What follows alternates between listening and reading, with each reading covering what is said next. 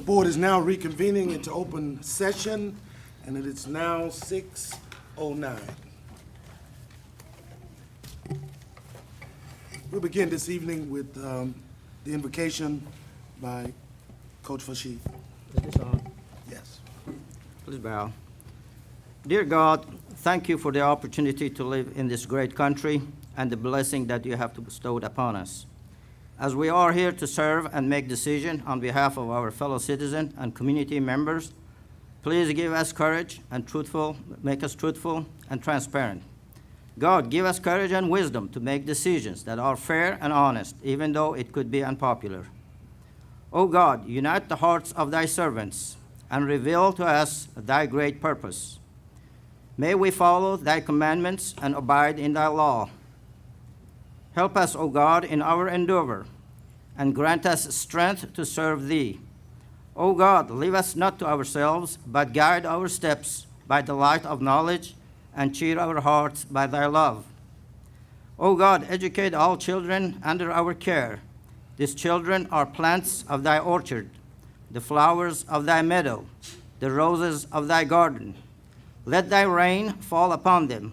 Let the sun of reality shine upon them with thy love. Let the breeze refresh them in order that they may train, grow, and develop and appear in utmost beauty. O divine providence, all existence begotten by thy bounty, deprive it not of waters of thy generosity. Neither do thou withhold it from the ocean of thy mercy.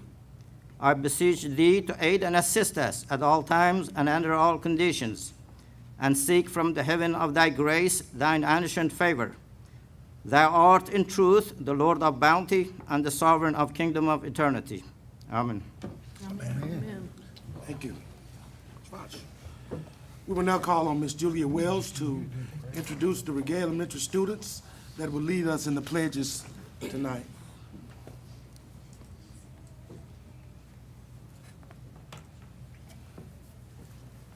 Steve.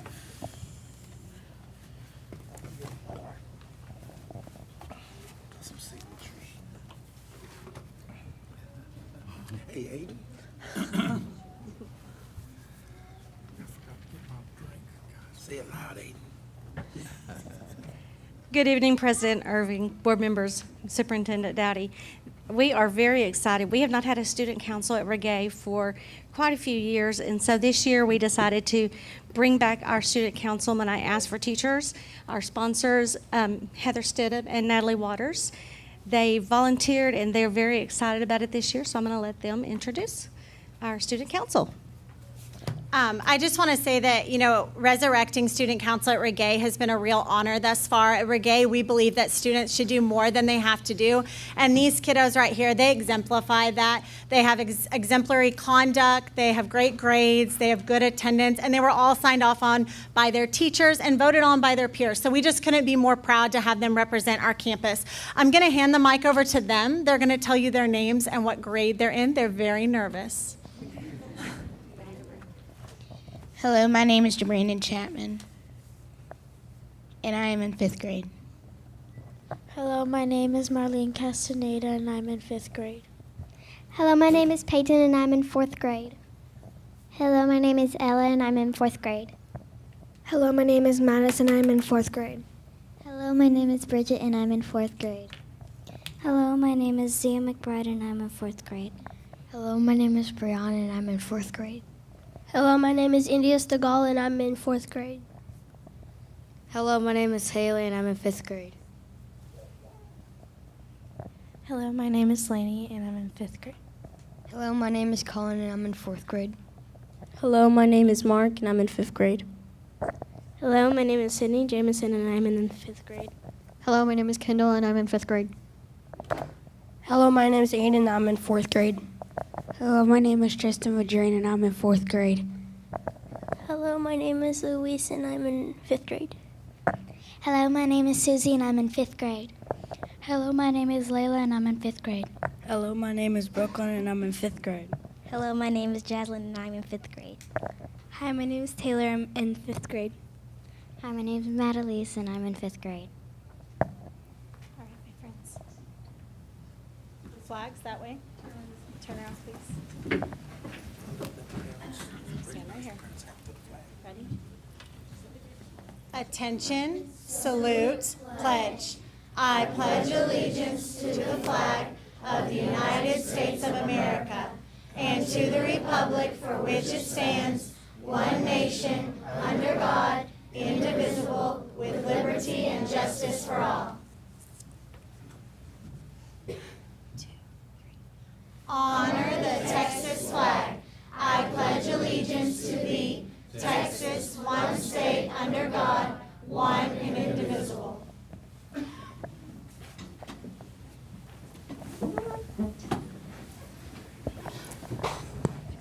Ms. Wells, before they leave, maybe we could ask their parents to stand and maybe they'd like to come for a photo op. Come on up.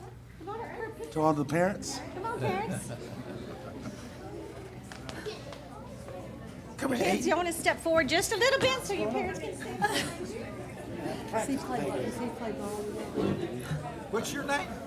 Aiden Stroud. What? You know this guy? I'm so sorry. He's one of my big time players. All American. Hey, good, you all right?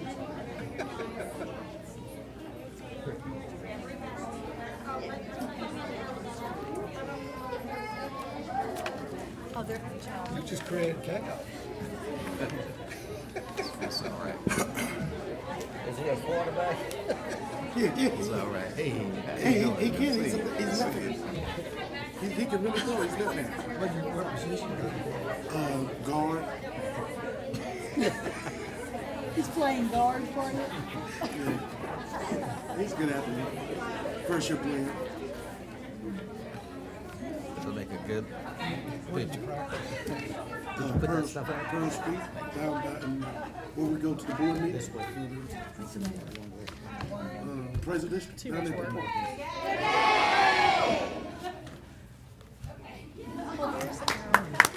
Congratulations. All righty, terrific. Thank you. Thank you. Bye-bye, baby.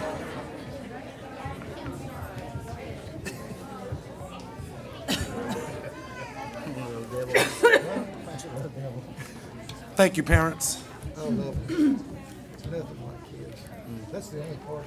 That's the only part. Okay, this is the time the board has set aside to receive citizens' comments. Individuals wishing to address the board should have completed the form located on the table by the entrance of the door and provided it to us prior to the meeting. Comments will be kept to a maximum of 3 minutes. Groups of 5 or more individuals having the same concern shall have a single spokesperson for the group. The board reminds speakers that this open forum is not the time or place to bring board complaints about particular programs or particular employees. The board has adopted specific complaint policies and specific procedures for presenting those complaints.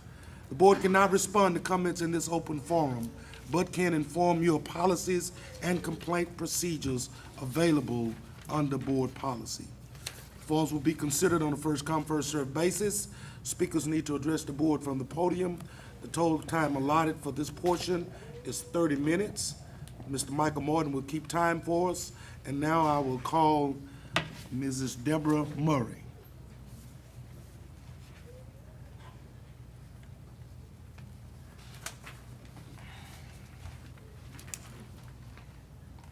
Good evening, everyone. Ladies and gentlemen, my name is Deborah Murray, and I am the peritoneal dialysis nurse at DCI here in Nacogdoches. I've been assigned the duties of the emergency manager for our clinic. So for those of you who are not familiar with dialysis, it is a life-saving medical procedure for many people of this community. Patients on hemodialysis attend treatments 3 days a week, 3 to 5 hours at a time. Peritoneal dialysis patients will come to the unit 2 times a month for labs and a clinic day. And then if they're having any problems or if they need any IV medications, they may come additional days during the month. We currently have 80 hemodialysis patients and 10 peritoneal dialysis patients. The majority of our hemodialysis patients are dependent on public transportation. They take buses, taxis, and often are coming in ambulance. The peritoneal dialysis patients generally have their own transportation. In preparing for our emergency disaster plan, the lack of a means of transporting our patients in a disaster scenario became apparent. We don't have any buses or any kind of transportation. So because we are in a rural area, our options are very limited here. I had been in contact with the Brazos Transit Authority's main office in Brazoria County, but after several weeks of emails and calls, they have stated that it is their policy not to commit to such emergency transportation requests. I have left messages at many of the churches in our area with no response, or found that many of them don't even have an answering machine. We are requesting that the school board consider providing bus transportation for our patients, for evacuation purposes, to establish evacuation sites in the area should the need arise. We understand the safety of your staff and students come first, but ask that you consider providing buses not needed or those that have completed their duties to the school district to be made available for this humanitarian purpose. We are listed with the City of Nacogdoches as a critical facility and are willing to work with you to establish a procedure for your assistance to be put in place should the need arise. Thank you for your consideration. Thank you. Thank you. We'll now call, Can I say something? I know we're not supposed to say anything, but we could present facts. I will say that I provided transportation, but we don't, at our church, but we did not have, there is no chairlifts in most of the transportation, and it was a problem at the evacuation center at our church to get anybody with a wheelchair through the city. So I hadn't even thought, but I will tell you, most of the evacuees that were coming in from the Vider, Sour Lake, and all those areas were coming on school buses. Okay. thank you. We now call Ms. Linda McKnight.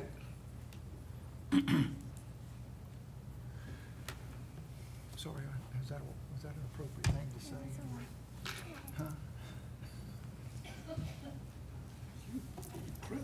Huh? Good evening, Ms. Dowdy and members of the school board. We have come before you tonight to recognize an opportunity that Nacogdoches Independent School District has afforded our children and family, of which we are truly grateful. Roger and I have been a part of the Japanese Middle School Exchange Program since 1993, and over the years we have hosted 9 girls and 2 boys. Our own 2 daughters had the opportunity to participate in the exchange program as well by visiting Japan, and they will both tell you it was a turning point in their lives. Traveling to Japan opened our daughters' eyes to how big our world is. And even though their host families are far away from us, to this day, they feel a strong connection that hasn't subsided. Our nation and world is so divided at this time, and this exchange program brings students from Amami City, Kagoshima, and Nacogdoches together, putting all differences aside. These students come into our lives as strangers. However, with the immense assistance of Google Translate and hand gestures, we quickly realize that there are so many universal similarities: sports, music, laughter, chocolate, and of course, Cane's chicken. The Japanese students are so respectful, so eager to learn, and so honored to have the opportunity to come to America. When we were preparing for today, Roger and I had specific memories of when these children entered our hearts forever. We could spend hours sharing treasured memories with you. To share a few, Roger remembers when Mariko melted his heart. She was sitting next to him on the sofa looking at photos, and she fell asleep with her head on his shoulder. Kotaro captured my heart only weeks ago as he was sitting next to me helping me set up my Line app so I could share my photos with him and his mother, and then he shared photos with me of his new Nacogdoches friends. It is these tiny, cherished moments in which you realize that these children have been entrusted to you by loving parents across the world that make this opportunity that much more rewarding. Not only do we connect with these amazing students, but through the benefits of our world's technology, our world is smaller and we build relationships with their parents and their siblings. We realize that they have the same goals and desires as we do to provide a promising future for our children. When we must let them go back to Japan, which is harder than you can ever even imagine, these students leave our homes as family. Our 9 amazing daughters and 2 precious sons left Nacogdoches, carrying our hearts with them. Besides the privilege of raising our own 2 daughters, this is truly the most fulfilling experience we have ever had. We were sharing our love for our 2 sons, Kotaro and Yuki, with our oldest Japanese daughter, Yuko, who's now 34. And who has also met our own daughters, as they arrived in Tokyo each time. And we visit with her weekly. And she said, memories add color to our minds. And our minds are elevated with color because of the opportunity we have had to be a host family. We feel our hearts will be connected forever to them and their families through Homestay. And we thank you for supporting this incredible life-changing program. Thank you. Thank you. Thank you. Thank you so much.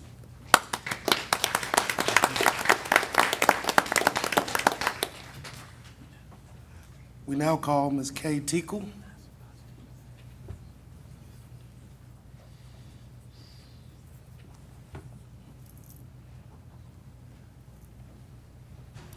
Good evening, President Irvin, board members, Superintendent Dowdy. My name is Kay Tickle, and I am a senior at Nacogdoches High School this year. You may recall that I spoke at the June board meeting a few months ago about the frantic and unsettled atmosphere at NHS, and unfortunately, my observations have not changed. Several times, one of my teachers has been unable to help me with my schoolwork because she is deciphering emails and trying to fulfill every specific duty required of her. My education and the education of my friends is suffering because our teachers are drowning instead of teaching. Now it is possible that I am only a child who can't appreciate what she has. But what if I'm not? What if I'm using the skills that I've been taught in schools? Skills of writing, speaking, insight, and compassion. Last Saturday, I attended an open education forum hosted by our Community Improvement Program, the CIP. We spoke of how communication between schools, students, and parents can be improved, of how we can help students who are falling through the cracks, and of how we can open our doors to make parents feel welcome and valued. One thing I noticed is that there were 3 panelists who were unable to attend. These people were a school board member, a principal, and a curriculums person. The effect? There were no leaders of our school district in attendance, none even provided substitutes. We had an education forum without our education leaders. It sends a message. At the forum, Reverend Mills introduced us to a saying that I would like to share with you. No fussing, no fighting, fix it. That's what I want. I want all of us to be united in our goals, not hiding behind good intentions or courting ulterior motives, however honorable. I want to help fix the problems that my district is facing, if you will let me. One parent and teacher who attended the CIP forum, while trying to describe the challenges she feels, had to stop herself from crying because she feels so inadequate to the task of teaching. She hopes for the kind of communication and protocols that will allow her to give her students her full attention. The teachers want cooperation. The community wants cooperation. Let's not shy away from hard work just because it's hard work, because it's uncomfortable. What a terrible model that would provide. To improve our schools and better the lives of your children, my brothers and sisters and friends, conversations must be had, communication must resume. Above all, teachers must be trusted. Since June, I have organized some of my peers to speak to you. Myself, Trishala Roy, Rory Malik, Jaya Willis, Juan Rubio, and Marion Beal have all stood right here appealing to your goodwill toward our school. So far, I've seen little change. What I want are clear systems of communication between everyone here tonight, between everyone willing to help this district, not just my school, change for the better. The community is getting restless, board members. No fussing, no fighting. Fix it. Thank you. Thank you.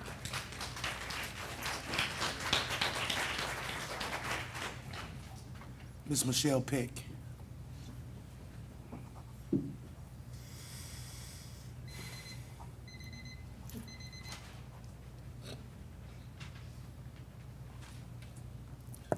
Good evening, Reverend Irvin, Ms. Dowdy, and board. I thought I'd start tonight with a bit of light housekeeping on some heavily ignored items. First of all, taxpayers remain uninformed about a report of designated donations accepted by the board to begin paying back Nacogdoches ISD for the $9,850 loan to paint a logo on the water tower near Mike Moses. Second, the town hall forum that Ms. Dowdy said would be hosted in March with details of Carpenter's turnaround has yet to be scheduled. With the new leadership and a revised turnaround plan for Carpenter on tonight's agenda, now is a great time to keep that commitment. Third, speaking of delays, local policy has not been changed to reflect the July 27th board action to remove corporal punishment from the Student Code of Conduct. That policy discussion has been left off the board's regular agenda for months. I look forward to the board's action on this amendment. Like Ms. Tiekle, I too had the opportunity to attend an event hosted by Community Improvement Group to discuss transforming education in Nacogdoches. The inspirational message introduced by Reverend A.D. Mills said, if we have a problem, we need to solve it. Like she said, no fussing, no fighting, and fix it. Those were the words that were echoed throughout the event. The TEA has had no problem finding problems with our school district, and as you review the turnaround plans tonight for Carpenter and Fredonia Elementary, you'll have an opportunity as a board to face those problems. Hopefully that plan includes ways to inform the community and work as a community to fix those problems.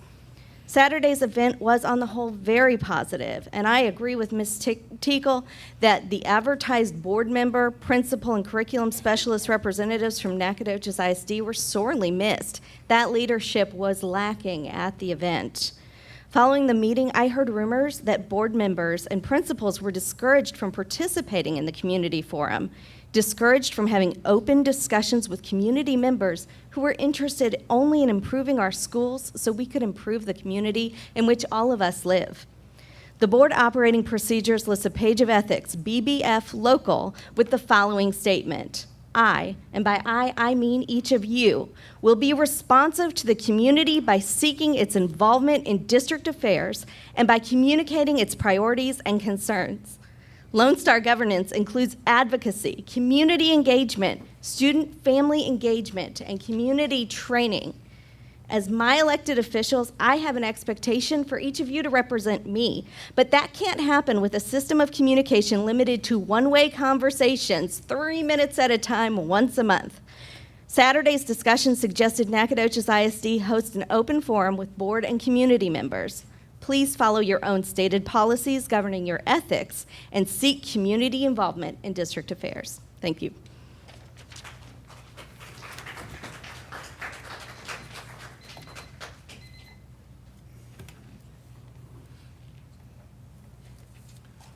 Thank you very much. We come now to the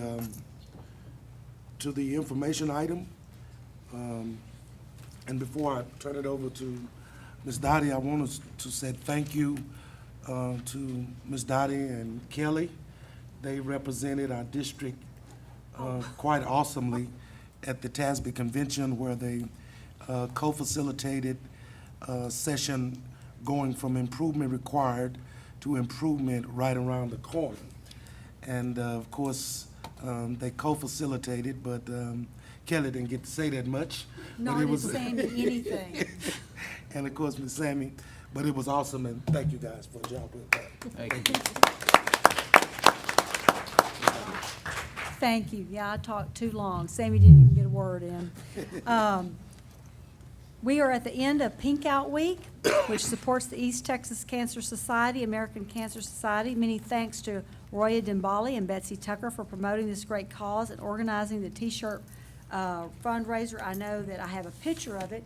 I don't know how many of you got one of the T-shirts or saw those T-shirts, but thank you for doing that. The Nacogdoches High School Marching Band that we're so proud of will compete at 7:30 p.m. October 21st in the UIL Marching Competition at Lobo Stadium in Longview. The regional marching contest is normally held at Stephen F. Austin State's Homer Bryce Stadium, but will instead move to Longview because SFA is holding homecoming festivities this weekend. Bands from across East Texas will be competing, and Nacogdoches performs at 7:30 p.m. The contest is free, and the public is invited to attend to support our band, okay? Congratulations, I don't know if he's here tonight, Charles Ziminick. Is Charles here tonight? Congratulations to Charles Ziminick. In a little more than a year, he has gone from a student teaching at McMichael Middle School to heading up the science department on the campus, and now add Rookie Science Teacher of the Year in the state of Texas to his accomplishments. We're so proud of him. He was notified earlier this month by Science Teachers Association of Texas. He was the organization's selection as top young teacher for the state. He will be in Houston in November to accept the award and attend the group's annual conference in Texas. And we have many more teachers that deserve those same kind of honors. A rousing welcome last week to the awaited 6 students that we were talking about, Linda McKnight was talking about, a sponsor visiting Mike Moses Middle School from Japan. I'm not even going to try to pronounce some of the city names. I'm going to botch that. The group is the second in 2 weeks to visit Nacogdoches, part of the long-standing arrangements between Japan, Amami City Public Schools, and Nacogdoches ISD. In May, students from McMichael and Mike Moses Middle Schools will visit their Japanese counterparts. I want to get in on these. I think I want to do that. Sponsors at the school are Jody Franks and Emily Miller. Students at Mike Moses are visiting Ellen Trout Zoo in Lufkin and met Nacogdoches Mayor Shelley Brophy on Wednesday. They also visited Glass Castles in downtown Nacogdoches and will spend October 20th at Stephen F. Austin State University's Outdoor Pursuits.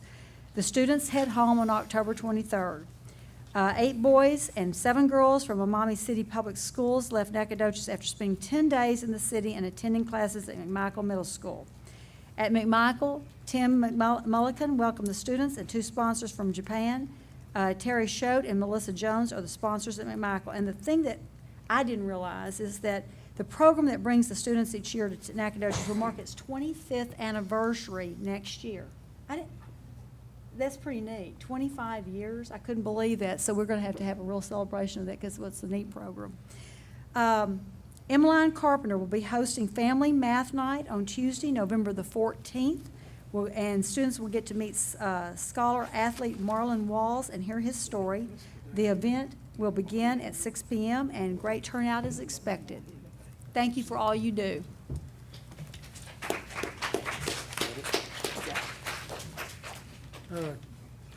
If you're going to do a 25-year celebration and try to even come close to the Japanese ceremony, you won't even touch it. Because we went over there. Really? For their 25th anniversary, and I don't think you've been over there. Yeah. Nothing's pretty neat. 25 years. Yeah, they can. I don't think you want to try to compete with that. That's pretty good. Let me ask you one on the. Did you say the competition for UIL was on the 21st or the 20th? For the band? The band? Let me go back and look at that. 21st is what it says. Is that a typo or anything? Are we having issues with, because that's also the homecoming parade? Are they going to be able to do the homecoming? Are we going to have an abandonment of the homecoming parade? That morning? 10 o'clock. 10 o'clock. This is at 7:30 p.m. But they bringing all these East Texas bands all over Creation for homecoming. I'm wondering if that's having any effect on the homecoming. Possibly will. Okay. I don't know. Okay. Okay. Thanks a lot. Ms. Jennifer Simmons.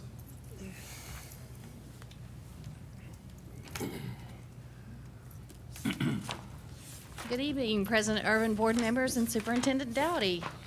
Happy to see you all again. This is the early literacy data report. Before you start, Oh, yes. I just want the board to recognize in public that this is part of our governance Yes. mandates that we're doing. So this will be GPM 1.1, our goal performance measure for 1.1, okay? Yes. All right. Directly relates to that. And although it talks about second grade and above, right now we're talking about first and second grade. Right. And I'll mention pre-K and kinder, but we're laying the foundation. That's what we're doing here tonight. So for our early literacy data, Tonight, as I said, I'm only presenting first and second grade for our TPRI. Oh, if you'll pull out your handout, and there's, Cindy Ivy has some handouts for the audience.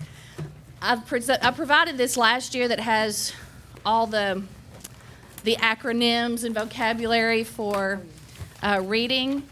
It has a little circle on it that tells you the 5 components of reading. And then on the back, it has all of the acronyms and different things that we use when we talk about, yes, you're welcome, when we talk about testing and assessing our students. The way that TPRI, which is the Texas Primary Reading Inventory, and Circle, which is for their pre-kindergarten, those two, both of those suggest that you don't start with them with the pre-K or kinder until after the first 6 weeks of school. So we will not have, so right now they're actually in the middle of testing, so we will not have that information until the next board meeting. So we'll start with first and second grade. And as she said, this is directly related to GPM 1.1. Do I have, I have a clicker. Yay, okay. If you look at this, that's very overwhelming when we look at that. This is the report that the teacher gets on each individual student. This is for the TPRI, and this is one of the things we absolutely love about it as a teacher because it drills down to those basic levels of phonics, phonemic awareness, word calling, and all of those. When you hear the word phonemic awareness, think about phone because it's all about the things you hear. It's things you can do with your eyes closed. So these are just like kids learning about sounds and how to manipulate sounds. Then when it talks about phonics or graphophonemic, that's where we start attaching the letters to the sounds. But all this is very overwhelming, so I've tried to put it in easier terms. And so if you see at the top of those things, I've taken the bigger categories and broken them down.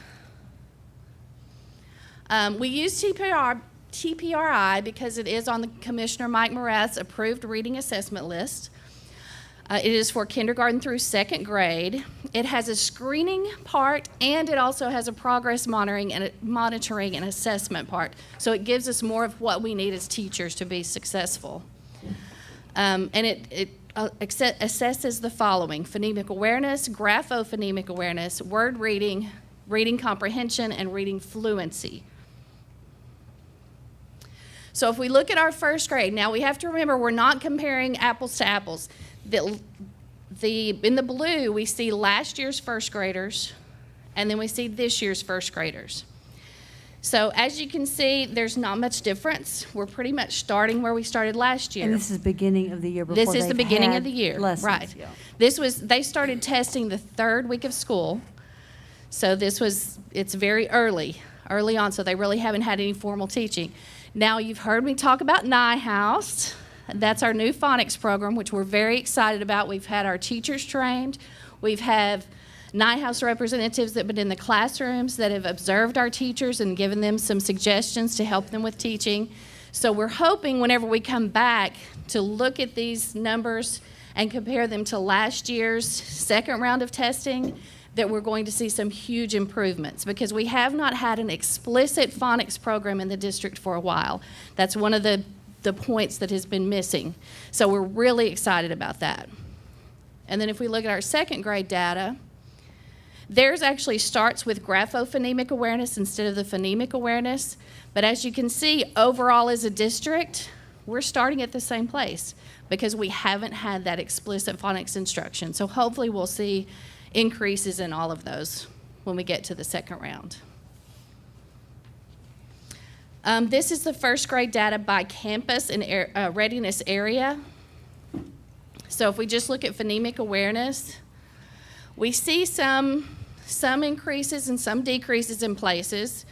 In Carpenter, we were kind of looking and we've noticed that we've had some increases in this first round, and we believe that that's due to the summer school, right. And they had some phonics training in summer school. And then, Ms. Dowdy, would you want to talk about Nettie and how they've kind of changed? What you're going to see over the next slides is that, and before you ask it, I want to answer it. You're going to see Nettie scores that have dropped. That's not because the teachers aren't teaching. They're great teachers, and Yes. they're continuing to do it like they do always. NETI, though, has now, this year, started gaining back their students in their zone. So remember, we added special ed back to NETI, because the state's question to me was how we can have a school that is, pulling the top of the at-risk population, you might say, for that campus, but they're not serving the total population. Those kids are being pushed back to our campuses.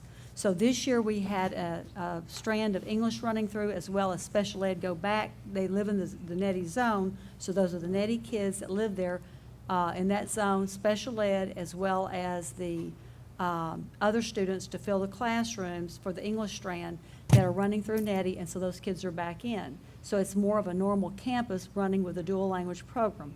So NETI, you're going to see some drops in NETI because they have the regular population coming back.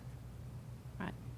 And that was one of that was the main, we see some growth, and they say if it's 5 points or less, it's not a major thing, especially since we're not comparing the same kids. We have two different groups of kids. But whenever I was going through the data, this is the graphophonemic awareness, which is pretty much the same. Word reading, of course, these are first graders, so it's going to be lower at this point. But we're still seeing those same trends. And they call me the data diva because to me, I love looking at data. I love studying data. And as I was going through all of these, and you can take your time to look at each of them, but just noticing that NETI has had to take on those other kids, that's what's really changed there. But those teachers they're amazing. I've been on their campus and observing, and I can't wait to see second round of testing. Right. And so also, if you notice, like you've seen, Carpenter's improved. We still think that was because we've implemented a strong summer school, both at Carpenter and Fredonia, and added some of those phonemic awareness skills during the summer. And so we're seeing improvement there.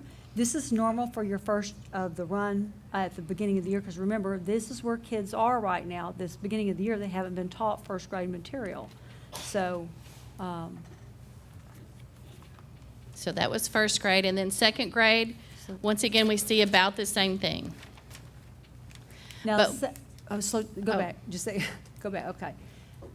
Carpenter, where we're talking about hot spots and so forth.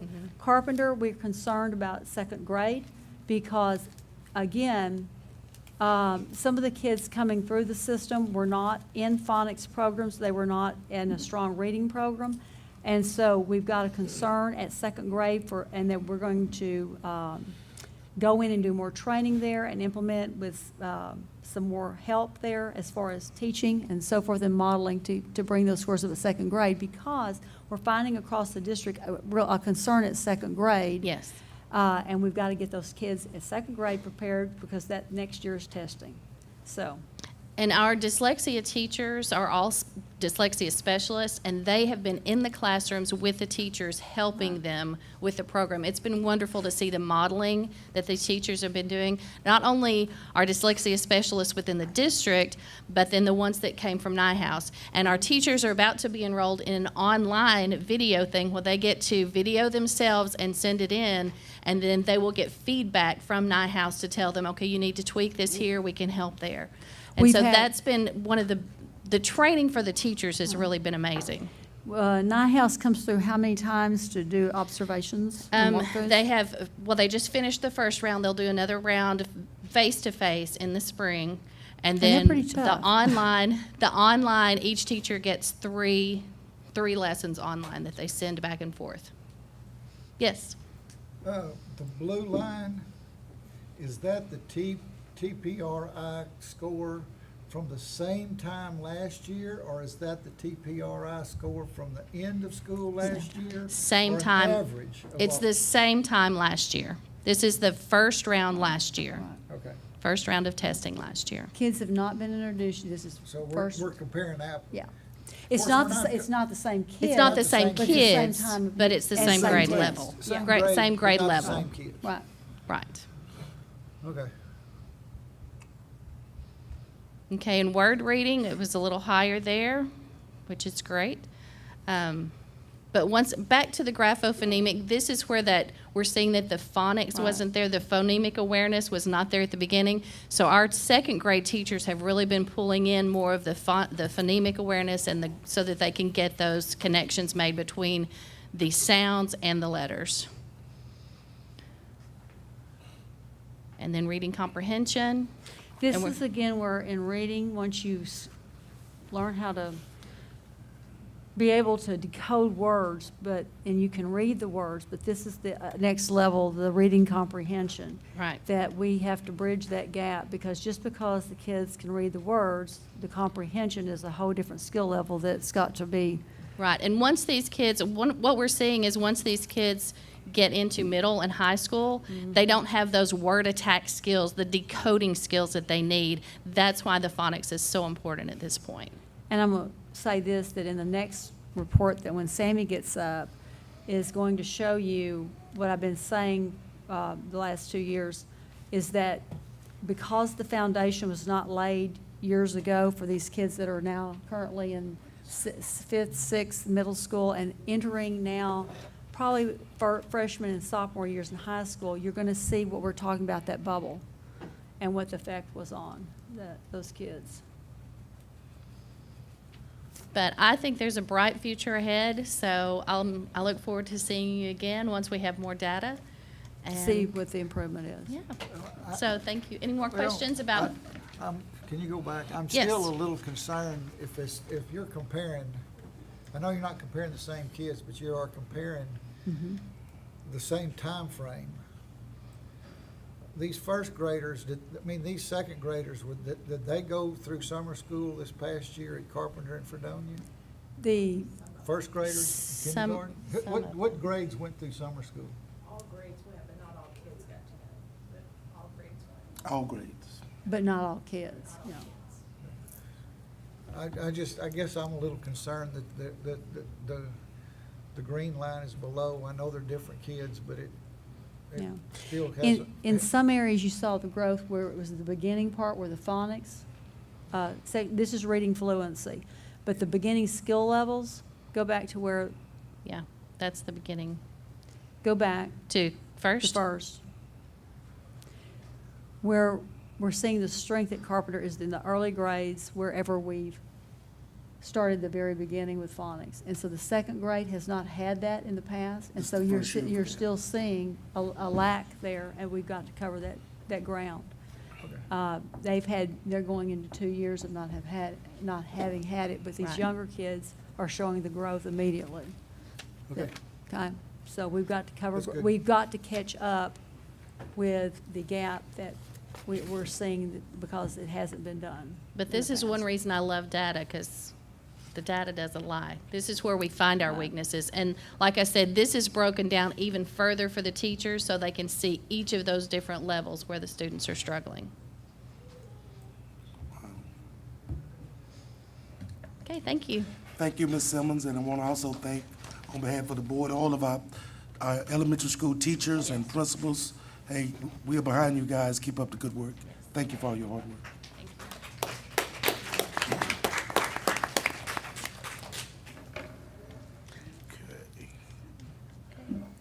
All right. Good evening, President Irvin, board members, Superintendent Dowdy.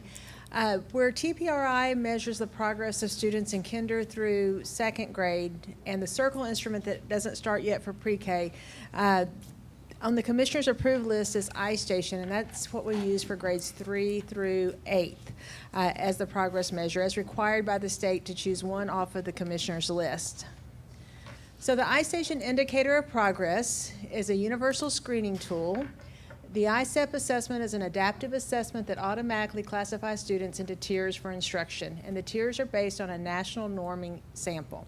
Tier 1 students function near or at their expected grade level and may need only intermediate interventions to sustain their academic growth. Tier 2 students function below their expected grade level and need continual intervention to accelerate achievement. And Tier 3 students function 2 or more levels below their expected grade level and need intensive intervention for their reading or math skills. And Sammy, stop there for a second, because tell them what RTI stands for. Response to intervention. So our campuses all have a model, and they've come up, and So tier 1 is all students. And I think, I've talked about this before, if we can strengthen our tier 1 instructional program, we won't have so many students who have to receive interventions in tier 2 and tier 3. So tier 2 students receive small group instruction based on what their needs are, but it's not as intensive as the tier 3. Tier 3 students get more time with the small group, more time with the teacher, more time with that. Now, before you go on, I keep butting in. That's okay. Explain to the board how this correlates to special ed, RTI. Okay. When we talk about special ed and RTI and you hear those words, how does that work? So the RTI model, I want to see if I can say this right.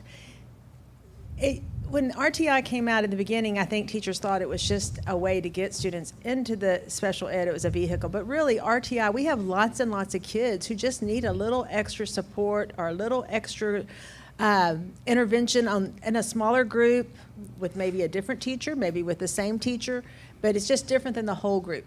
But students go through the tier, and then when students aren't successful, say they've been in tier 3 and they've been working with the students and they're not successful, then that might start a special ed referral to see if a student has a learning disability. And if you have all this background information, that goes into the decision-making of the ARD committee, because you've tried all of this, and if it's done correctly with RTI, which it's supposed to be, and we've had to strengthen our RTI program to get everybody to understand what it's about, that if we do more instruction at that first level, that's where your teacher owns students in that classroom, your initial teacher in the classroom. And so the stronger that we become at that level, like she said, the less we should see at 2 and 3. So most campuses most of the elementary campuses have an intervention model where sometimes it's at a common time, but it's more of ability grouping. So the high kids are challenged to work at a higher level. The kids that need a little bit of extra help. So there's different levels of, within that time, the kids get to work together with the teacher. Sam, is there a difference in the amount of time for the different Yes. interventions? Yes. So tier 1 is your normal classroom instruction time. So that's just with the regular teacher, all the kids. Tier 2 has a different recommendation than tier 3. Tier 3 requires more minutes a week than tier 2 does with the students. How many minutes is that? Is it 90 minutes, Cindy? And 120 for tier 3. A lot of the campuses have already implemented a 45-minute block or a 55-minute block. So they already have, sometimes they're getting more time because they've already got that block implemented in the system.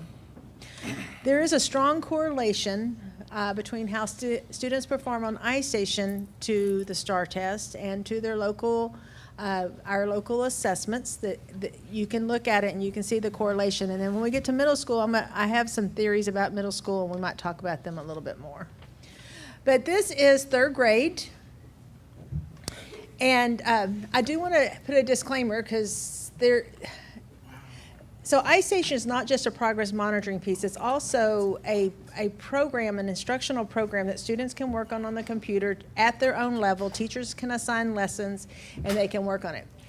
We got a little late start this year with technology. We had growing pains because we were trying to use what was called Clever to upload the kids. So some kids tested in September, some kids tested the first week in October. So the first time every month you get on iStation, you get a progress measure. So some of these kids you're going to see maybe counted twice. It's not very many, but in the middle of the year we're going to have, it's all set up now, so January shouldn't be. So like, let's look at Carpenter. They only have 56 students in 3rd grade, but 67 kids tested. Carpenter is using this as part of their intervention program to give kids more time, and so that's why those kids had double tests.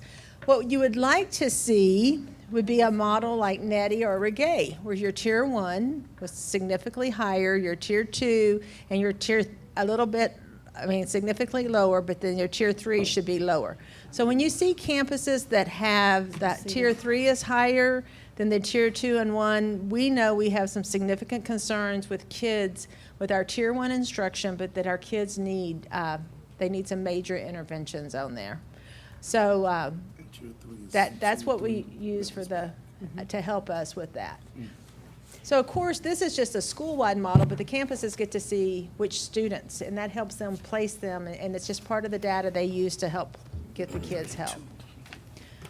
So show them the perfect, what you would want Okay, I to would say see. Regay and Nettie on this slide would be the closest. Because you got, Because the tier one is the strong, you know, you see that gray line, well, that's your tier Mm-hmm. one, it's significant. And then your tier two, a little bit more, you know, a little less, but a little bit more than the tier three. I'm just surprised by Brooks Quinn Jones. What's your thought there? I mean, Mr. Miller typically here? that's a high-performing campus to show 31 in tier 3. Is there a reason? Until Bigger I, school. I'm sorry? It's a bigger school.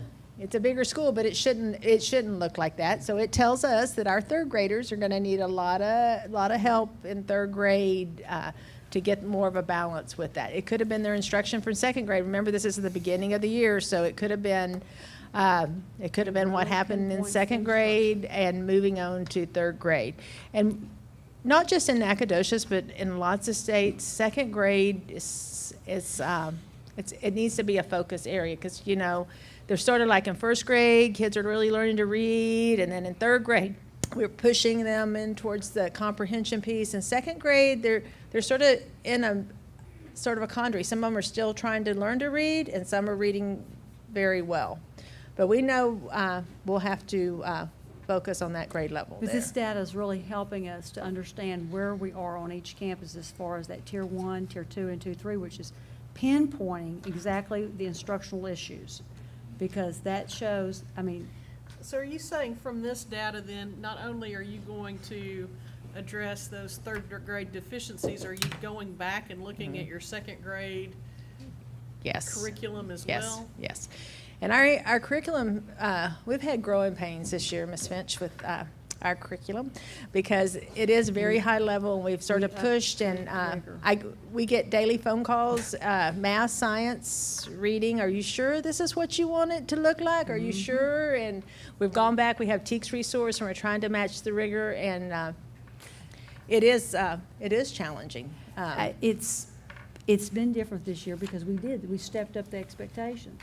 Because the goal is to make it higher, the expectations through the year, and teach to those levels so that at the end of the year, our kids are prepared for that test. We were not teaching to that level because we just didn't have the test or the curriculum at that level that it's going to take to get to the. So iStation pass has the a lot of depth to it. Carpenter used it a lot this summer in summer school, but it has lessons for the teachers. It has, if students have internet access or they go to the library, they can work on it on the weekends, they can work on it at nighttime. It can be set up as a station where the teachers assign specific lessons to them. So maybe a teacher's working with a small group and a small group are on the computer. So it has a lot of variables. This year we thought the state has been providing this for free for 2nd through 8th grade, and the last minute the legislature said they were going to pull it, and so we were going to have to purchase it because we had to have a progress measure that's approved, but then the last minute they decided to fund it for one more year. So next year we'll probably have to purchase it. If you look at 4th grade, now if you look at 4th grade, BQJ looks, those kids are doing well. They're striving. Carpenter, I would be concerned because there's more in tier 3 than the tier 2, and it should be the flipped. But we would say that probably, again, those are those foundational years that were not, this is where I was telling you, it's going to show up in the instruction of what's happened before. Because this is the beginning of the year, and if they don't have that at the level of tier 1, it's going to show up that they don't have those skills. So there's really not a perfect model. I mean, BQJ is really the closest to the perfect example on this one, because if you notice, the tier 2 is less than the tier 3 on most of those campuses, and that becomes problematic because those kids need stronger interventions. The other challenge for 4th grade is that they have 3 tests also. Yes, sir. I just want to know if a dilemma for tier 1, tier 2, and tier 3 have resolved itself over the years, because you said 90 minutes. Is that 90 minutes in addition to their regular classroom instruction or in? So it's is it 90. just 90 minutes? It's 90 minutes in the week, but it's a smaller group. So say you have a class of 22 fourth graders and you're a tier 2, you may be working with the teacher, it may be a teacher and 6 students. The tier 3, they get the 120 and it may be a teacher and 3 students. So it's looking at either more time, a different curriculum, or looking at the number of students that they're serving. I just know the dilemma back is, where do I get that extra time? It is, I know. And, That's why a lot of the it's hard. elementaries do a push-in, like a common time, so even the high students are being challenged at one level, that they're trying to personalize it at that. It really comes back to, if we can strengthen our tier 1 instruction, then you shouldn't have so many kids in tier 2 and 3 because we're getting them in the classroom. It really truly does come down to that. That's why that classroom teacher is Remind, vital source. you mentioned something about a push-in versus a pull-out the other day. Remind me when you said when it is more appropriate for push-in. Well, some of the push-in is the small group. Some of the pull-out, like it's during the day, they may pull out, but if they have a common time, then everybody gets their intervention during that one time instead of kids coming and going all day long. But each campus has had to work it out with their number of personnel they have and the staff they have and how they look, how that looks. So 5th grade, here's our 5th graders. You know, we typically see a lot of increases in 5th grade, maturity of, they're becoming more adept at reading. They have a couple opportunities with the test. We usually see a lot of progress with 5th grade. But 5th grade, you know, once again. The initial instruction with that teacher is the most vital piece. We know Carpenter needs a lot of assistance there. We see Fredonia. We've got our campuses that need a little more. TJR, all 3 of the tiers are even, so that's a little bit, that shows the challenges to get more kids into that tier 1. Okay, so let me talk about 6th and 7th and 8th grade. So I have my philosophy because, and maybe I'm wrong, but being a middle school principal, I don't know how serious the kids took this test at the beginning of the year because it's based on the computer, and I'm hoping that the next round we'll see some improvement because, middle school kids, especially 6th graders, just get into a middle school and you take a class, if you go to the library, you bring the computers.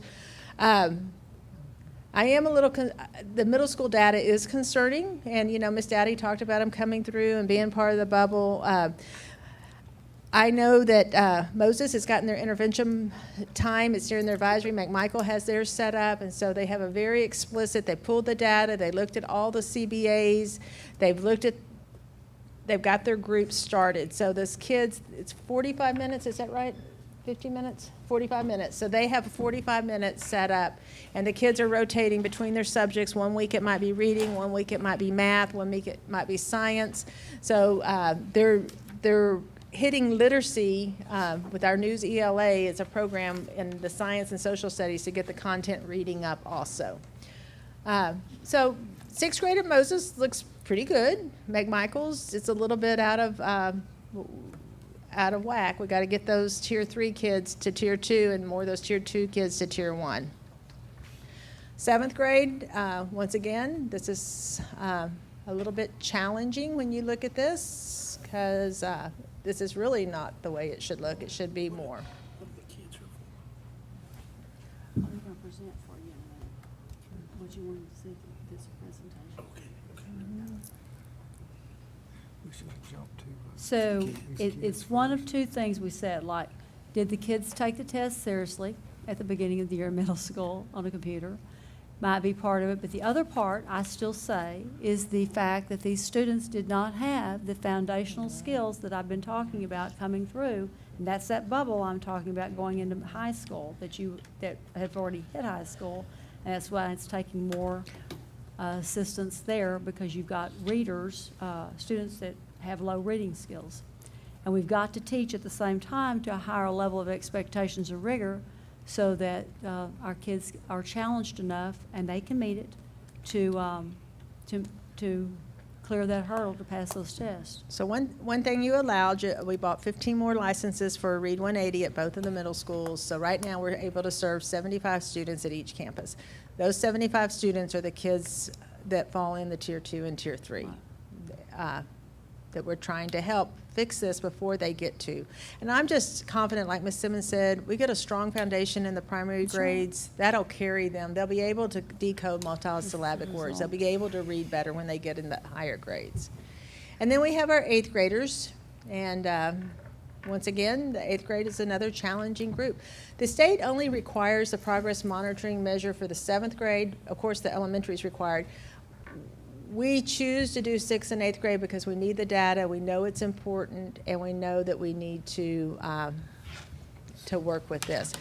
What I forgot to say at the beginning is that this addresses our goal performance measure 1.1 on increasing our reading all of our students to a proficiency of 80%, and 1.3 our economic. It really, if you think about reading and literacy, it really does address almost every one of our goal performance measures. Any more questions? So this assessment will be given again in January, and then it'll be given again at the end of the year. I think this is the first time that the board has seen the assessments of this nature.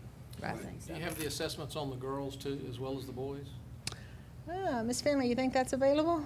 That was my question, too. Yeah. At the beginning of the year? We might have to get with iStation for that report, but that might be something we could do at the middle of the year. Male, female? We can ask iStation. You know what? We call iStation all the time and ask them things. Let's see that. And they think we're sort of crazy for some of the stuff we ask. So we'll ask them that one too. And Good. That is the girls. beginning of the BOY is beginning of the year. Glad you didn't leave out. MOY is middle of the year, and EOY is the end of the year. Okay. Concern? Yeah. But again, I don't want to be labeled, but have you all break down to the male, gender, and ethnicity as well? I haven't, no, but we're going to see if we can get a report for that, Not on though. this, we do on the other Oh, the other test, on our CBAs and all of that, I can click the button on our DMAC and that comes up, but we'll have to ask iStation about that report. That's on our list. And then I want to commend TJR. Y'all been waiting so patiently. Y'all are doing great. Yeah, Great they have. job. I always want to say, I would like to introduce the librarian from Carpenter Elementary, Lindsay. Will you come on up, Lindsay Taylor? And the goal performance measure that she's going to address is goal performance measure 3.2 because it addresses increasing the math skills in an IR campus. And she's going to talk about what she does with coding and the great honor she had this fall. Sammy, does she have children? No children. Okay, No. we wanted to flip it and do the TJR first. Oh, for the okay, we kids. can do the Okay, TJR first. okay. Okay, then I will introduce Ms. Garcia kids and her are doing class.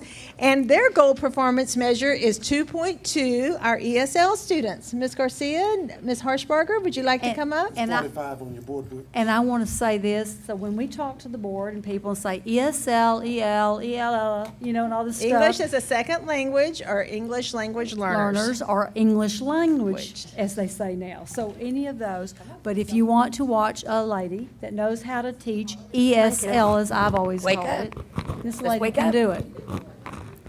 All right. Miss Garcia. Give it up for TJR. ESL. There, just sit, you can crisscross, just sit here. We can be staring up, do you see the words? Here, okay, just be loud. Okay, does everybody see the words? Good evening, President Irvin and board members and Superintendent Dowdy. I'm just super proud that we get to come tonight and get to show you just a piece of what our boys and girls do each day. We are exceedingly proud of Ms. Garcia and all the work that she does, and I know you're in for a treat. Get ready to learn. Hi. Well, good evening, and thank you for staying, and thank you to these boys and girls who probably should be in bed in a little while, but we're okay with it because we have something to write about. I teach writing, and the one thing I've noticed in the last couple months, obviously, every time we turn on, the kids are hearing a lot of news, and they don't know where to process it. I don't even know where to process it. And so where do we go? How do we build our relationships? And most important thing, and how do we keep on moving with our curriculum and all? So sometimes you just do what you have to do, and you make it about the kids, and you remember, always remember, it's about them and what they need to learn. So we don't always have to go to a book to find everything we need. Sometimes you just go with your heart, and you do the best you can, and you lift your language, and that's what we do in Ms. Garcia's class. We lift our language, and we teach writing as a gift, as we know. So we've been just hitting it hard. We've been lifting people all over the state of Texas. We've been thanking people. We've been lifting families. We've been lifting people who have gone to other campuses. So we're rocking and rolling. So we call this, or I call this, Rise Up or Funky Town. You decide.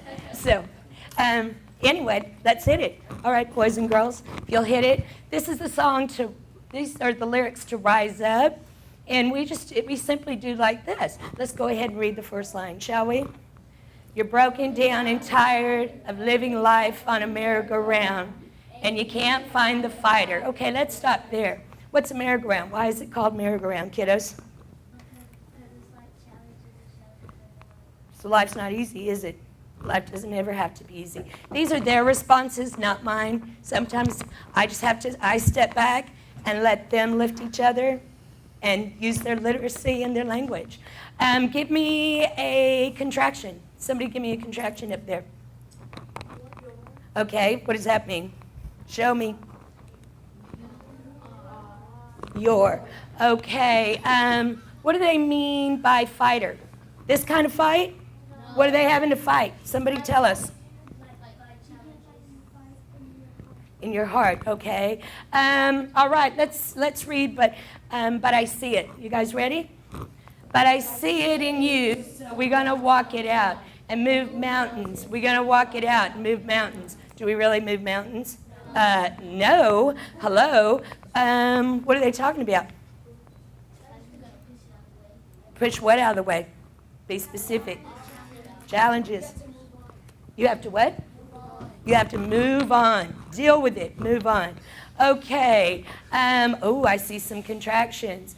And, okay, you guys ready? Let's go. And I'll rise up. I'll rise like the day. I'll rise up. I'll rise unafraid. Ooh, let's stop there. I see un before word. What does that mean? Un before word. Not so unafraid. Let's see. Would it have sounded as good? Let's see. I'll rise scared. No. So is that deliberate, do you think? Think that was deliberate, unafraid? Yeah, I like unafraid. Does everybody like unafraid more? I do too. All right, I'll rise unafraid. Let's go.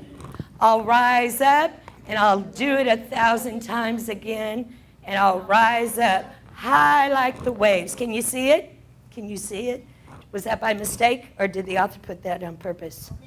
Absolutely, I like it. Let's go. I'll rise up in spite of the ache. What's an ache? What hurts more? Oh, it hurt. I've hurt my leg. Or heartache. Big time, big time. In spite of the ache. Let's see. We could have put in spite of the pain.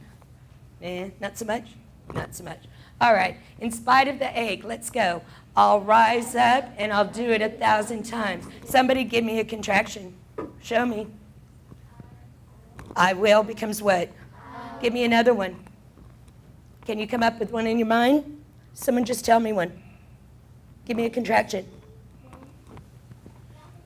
Show me. Will, not, won't. It's not want. Okay. Let's go. Do you have one? Let me hear it. Show me. Do, not, don't. Thank you. Okay, now let's read this, shall we? When the silence isn't quiet and it feels like it's getting hard to breathe, and I know you feel like dying, but I promise we'll take the world to its feet. Give me some verbs. I see verbs, verbs, verbs. Take, prove it. I take, you take, we take. What is it? Take is a verb. All right, give me another one. Breathe. Prove it. I breathe, you breathe, he breathes. Breathe is what? Verb. This is from Grammar Keeper, something that we've started to lift our grammar. We do it every day. Give me another one. Move, okay. Prove it. Okay, just grammar 101, old-fashioned grammar. We're back at it at TJR.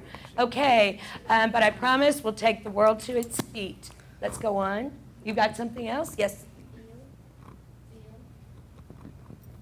Feel? Okay, prove it. I feel, you feel, he feels. All right, now can we go on? Let's go for it. And move mountains. We'll take it to its feet and move mountains. Are we really going to move mountains? No, but we can move. We can go places, can't we, guys? Okay, all we need is each other. Okay, let's go. And I'll rise up. I'll rise like the day. I'll rise up.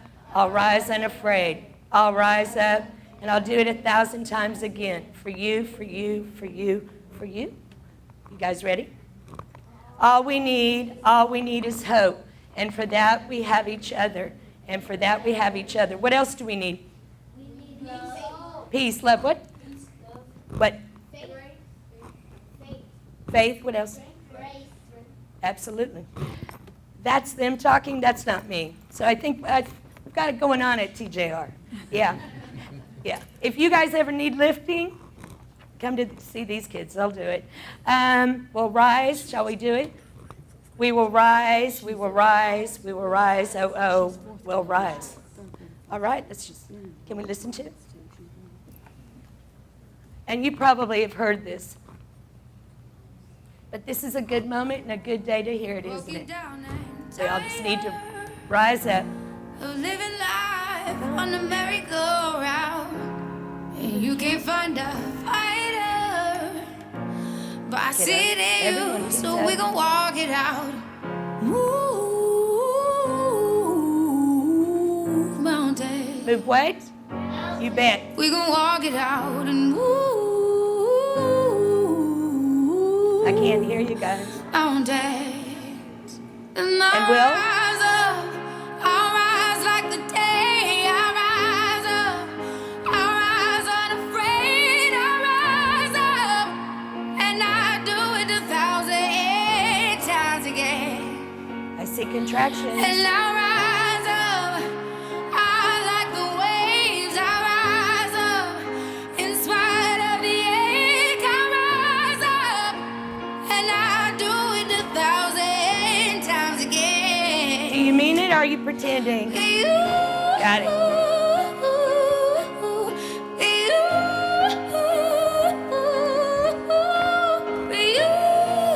Everyone.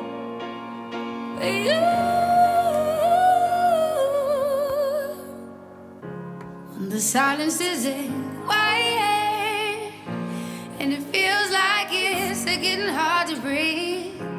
And I know you feel like dying. What's dying? What's But dying? I A promise what? we'll take Bet. the world to its feet. Move mountains. We gonna what? Bring it to its feet. Move mountains. And I'll rise up. I'll rise like the day. I'll rise up. I'll rise unafraid. I'll rise up. And I do it 1,000 times again.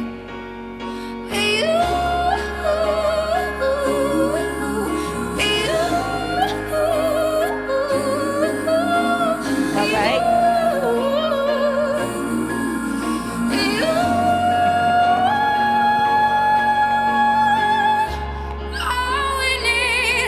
All we need is hope. And for that we have each other. And for that we have each other. And we will rise. We will rise. What is rise? What's rise? A verb. Prove it. Rise. We all rise. You bet. I'll rise up, rise like the day. I'll rise up, in spite of the ache. I will rise 1,000 times again, and we'll rise up. I like the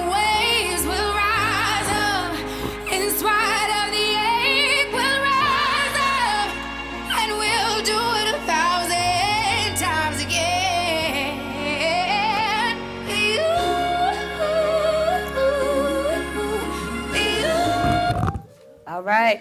Now, Now, let's compare that writing. Pretty strong, right, guys? That writing, and we've been working on this for a couple days, and so you join us, if you will. Let's read the words, everybody, to Funky Town. Let's see if that's strong writing. Let's see what words okay, let's see which one is the stronger verb. Okay, shall we read it, everyone? Let's go.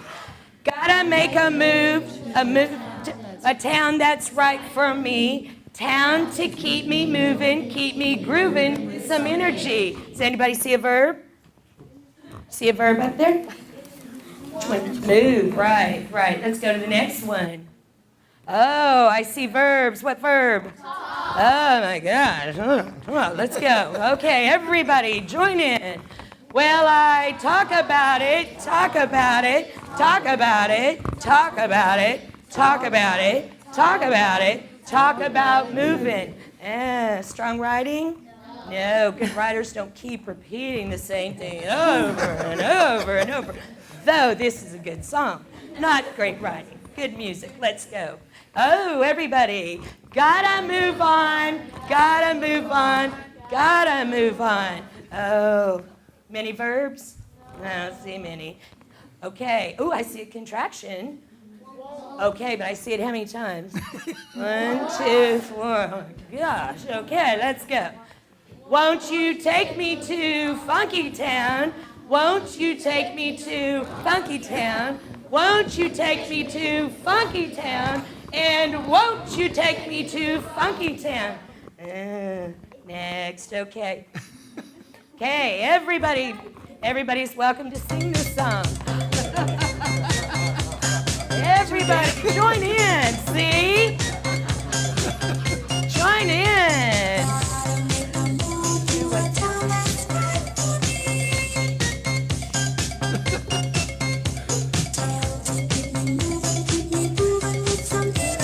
What verb? Move it again. Well, everybody. Oh my gosh. Again?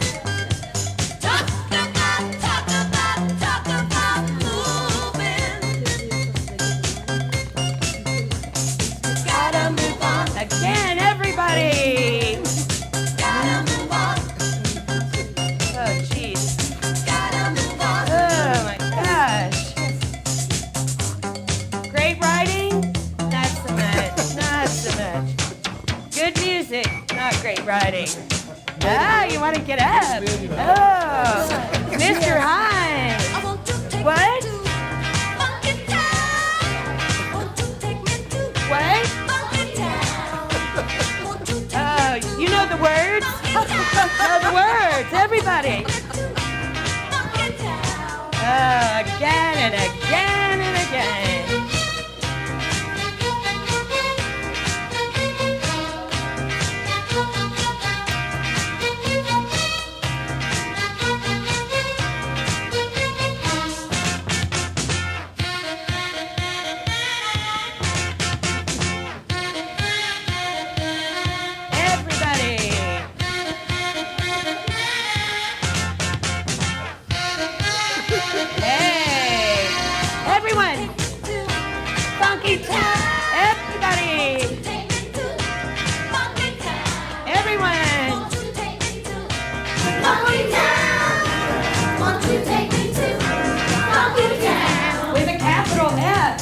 With a capital.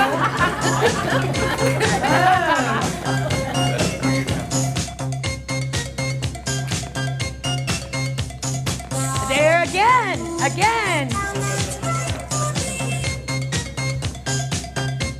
What verb again? What verb? Move. Jeez Louise.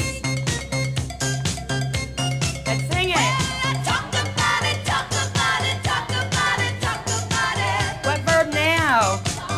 And what other verb? Talk and talk. Woo. Great writing? Good writing?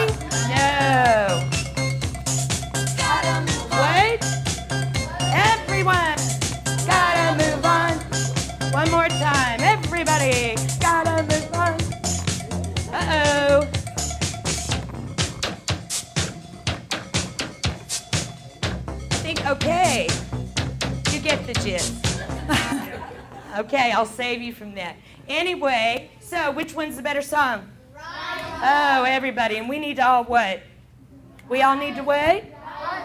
Let's tell everyone. They need to what? Rise up. We all need to what? Rise up. We all need to be better, okay? I say TJR, you say in the house. TJR. In the house. TJR. In the house. I say work, you say harder. Work. Harder. Work. Harder. I say rise, you say up. Rise. Up. Rise. Up. I say thank, you say you. Thank. You. Thank. You. Thank. You. Thank you. Take a bow. Take a bow, everybody. Thank you very much. Tell them thank you. Parents, did you want to come up for a photo? Parents can come up. Hey, listen. Parents can come and get a picture. Awesome. What I want to Look out, state of Texas. We're going to show y'all how to do it. Thank you. Thank you. That's why they. Hey. You know it.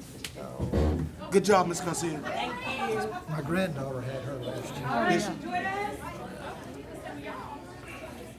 Awesome. She put my granddaughter in her place. Ms. Garcia. You're awesome. She put my granddaughter. Wow. keep it up. Okay, sure. There's Jill.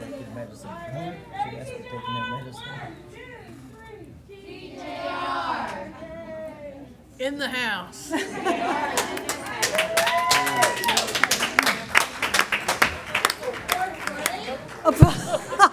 She's got a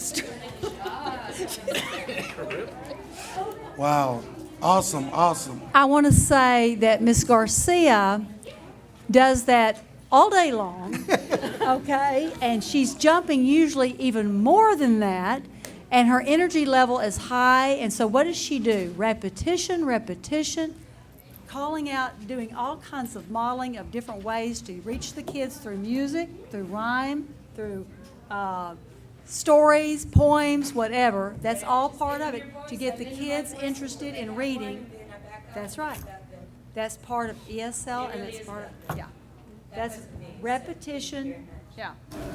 Thank you. High energy. Wow. That just transformed a board meeting, doesn't it?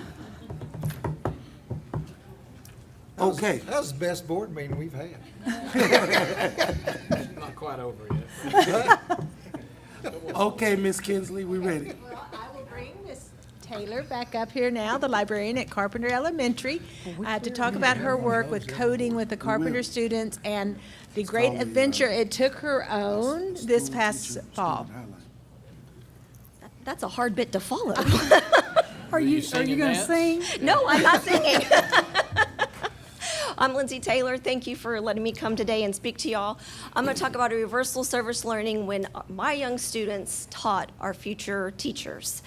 We presented this in Ireland at a conference. It's an international conference. Yep.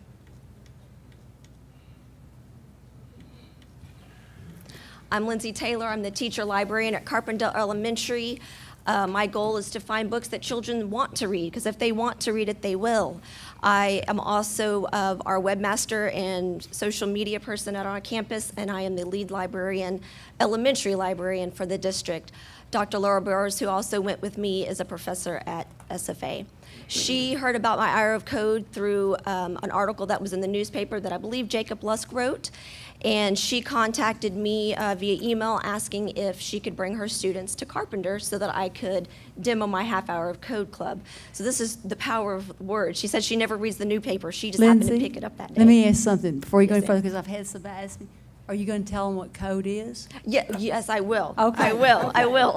I think. No. She has 48 students in her elementary program that she brought with us. I have 32 students in grades 3 through 5th, 15 boys, 17 girls. These are last year's numbers. At the time, I only had 6 come in with me to demo the club. So prior experience that the SFA students had was very limiting. Dr. Burrows had taught this lesson to them, and they did not see the need for coding. They didn't think that they would use it in their classroom. They weren't comfortable with it. They didn't feel like they even wanted to even try to do something like this. This is me teaching code. I talked a little bit about how I learned about coding. I participate in a library Twitter chat every Tuesday from 8 to 8:30, and I learned about this computer programming and coding, and librarians had sent websites to get you started, and I got on those websites and I started playing with coding, and I fell in love with it. This is one of our students. This is Kamora. She is now in 5th grade. This was when she was in 4th grade, and I have a quote from her. She says, "I love Code Club. I love it because when you hit the highest codes, you get to make your own codes and get on other people's codes, and I love it because you get to make your own code and avatars." This is Michael. He is also in 5th grade. He was in 4th grade in this picture. Code Club is fun. I've learned that making games looks easy. My favorite thing about Code Club is the games. He's also in my book club. Also, Kamora's in my Lego club also. This is Kaylee. She unfortunately is not in our district anymore. She moved away, so I was very sad to see her go. She was also in my book club and begged to be in my Lego club, but you know, we had to kind of cut her off at some point, so we miss her greatly. So through doing all of this, our students learned that they could be leaders. They had the knowledge to share with others, and they wanted to continue to teach others. And Kamora will tell you she wants to grow up and be a teacher. And so we are definitely trying to encourage that in her. They also learned that they were a part of something to be very proud of. They could shine in different educational settings. Our children don't always shine in all educational settings, but they could in this instance. And they can shine even if learning is hard for them. And this is something that they can do. This is one of Dr. Burrows' students. I found it very interesting that when she taught it, students didn't think this was something that they were going to want to do when they became teachers. But when my students taught it to them, they really grasped it and wanted to learn more and were trying to find ways that they could include it in their classrooms when they become teachers. This is some more of her students. We can go ahead and skip ahead there. So her students reported that learning was the difference between the 2 semesters. The first semester, the students were frustrated. They didn't have confidence. They remained low. Their prediction, explanation of coding, they didn't know how they were going to put that into their classrooms. They weren't curious about it. But when my students taught them, the frustration lowered, their confidence built. They figured that they're going to actually be able to learn to put this into their classroom. They didn't always know how they were going to do it, but they were going to try to find how they were going to do it. So because of this, we realized that it gave my students ownership of their learning and of their club. It gave them confidence. It built positive relationships between the elementary students and our administrators. I immediately texted my principal at the time. I was like, I don't care where you're at or what you're doing, get down to my library. And I called the assistant principal, and I was like, I hear screaming in the background, but you need to push them somewhere else and come down to the library and see this, because it was amazing.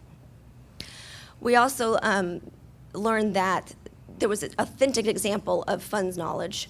We also had featured the community partner as the experts. Typically, the colleges come in and they're the experts, but this time we were the experts teaching them. So my advice to other people is, we always say no, don't put too much on your plate, but sometimes you need to say yes, and this was one of those opportunities. Have the students lead as much as possible, expect the unexpected. I did not think my students were going to jump in and take over the way they did, but they were amazing. And reach out to others, don't wait for them to contact you. On Dr. Laura's part, she said to always be looking and listening, such as looking in the newspaper from time to time. Leave time to actually talk. We had some great conversations about how this looked and what both of our students learned from this, and to share our success with the students so they have an incentive to do these kind of things. So now what? We came up with a great project at the end of last year, but some of her college courses that she's teaching have changed, and then our administrative have changed, so we're kind of at a standstill with what we're going to do next. She has asked me to teach the class on Twitter because she lacks that knowledge, and I'm more than happy to teach about Twitter. So that's one thing that we might be doing. There's my email address and hers if you have any questions for us. And I guess I did not tell them what coding was. Coding is computer programming, and it is literally telling the computer what to do. And we start off very simply where the students we use Angry Birds. They tell the bird to move up one, turn left, go up one, and you hit the pig.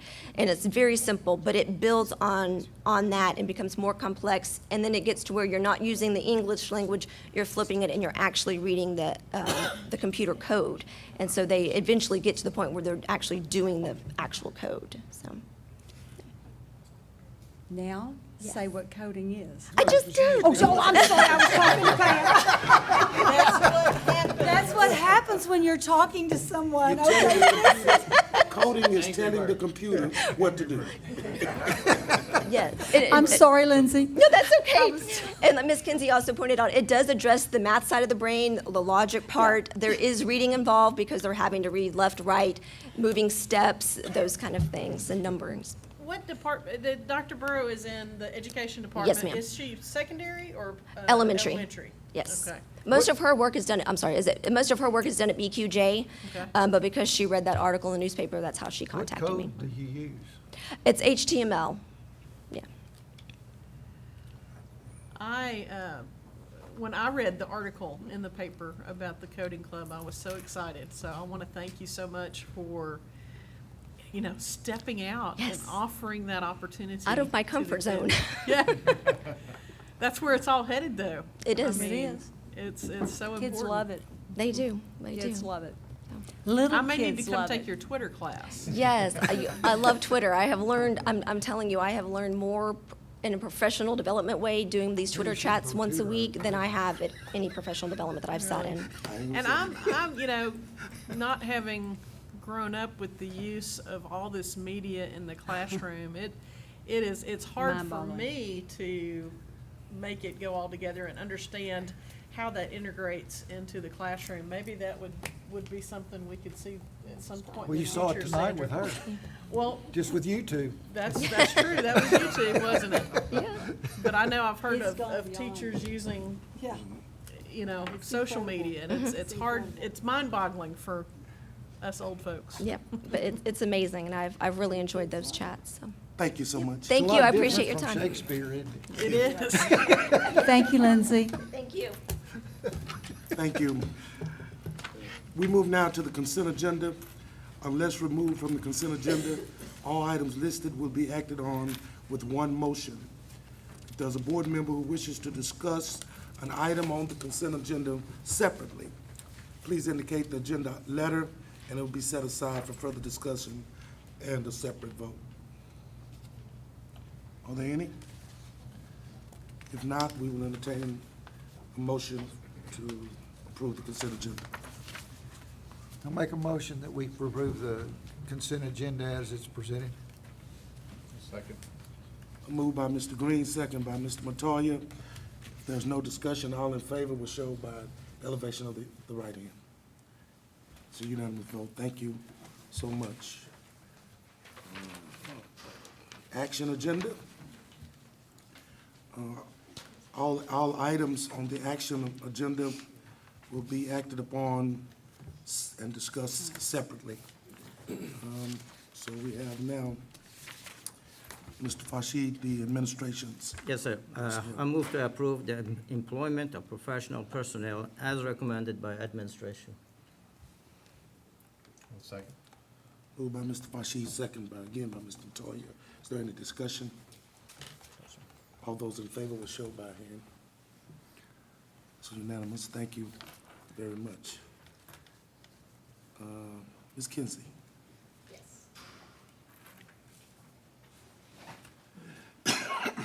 Okay, board members, You will see we have two targeted improvement plans. Last year, they were called the Turnaround Improvement Plan, and the state's changed the format a bit.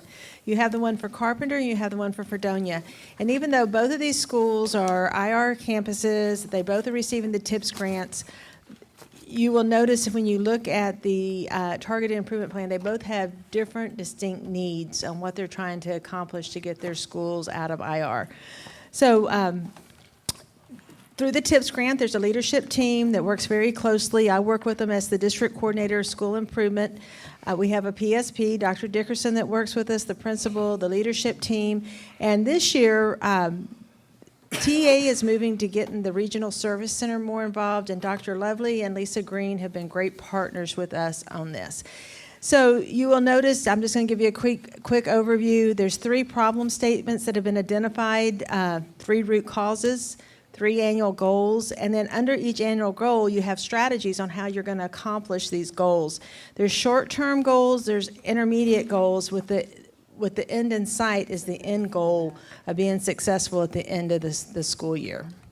So the administration is asking you to recommend these plans. They were submitted to TEA last month, the last of September, and now we bring them to you to accept these plans.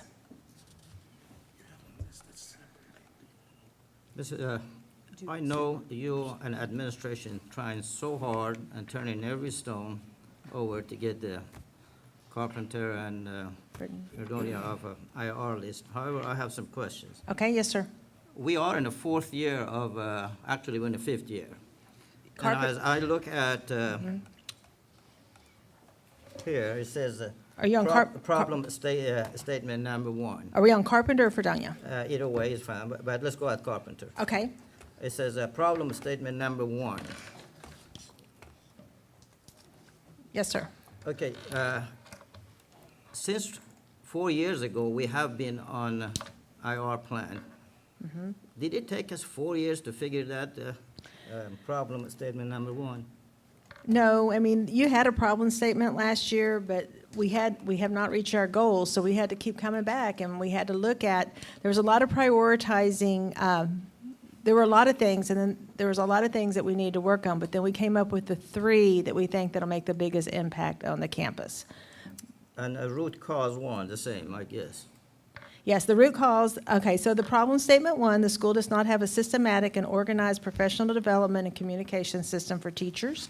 The root cause 1, overall low student performance is due to a pattern of ineffective and inconsistent classroom instruction without a comprehensive campus support system for new teachers, leaders, and students. And activities that we are establishing and start working on. We are in the 2nd month of school. And we're constantly revamping everything. And including Thanksgiving holidays and Christmas holidays, it probably would be 1/3 of the school year gone, if you include those. Okay.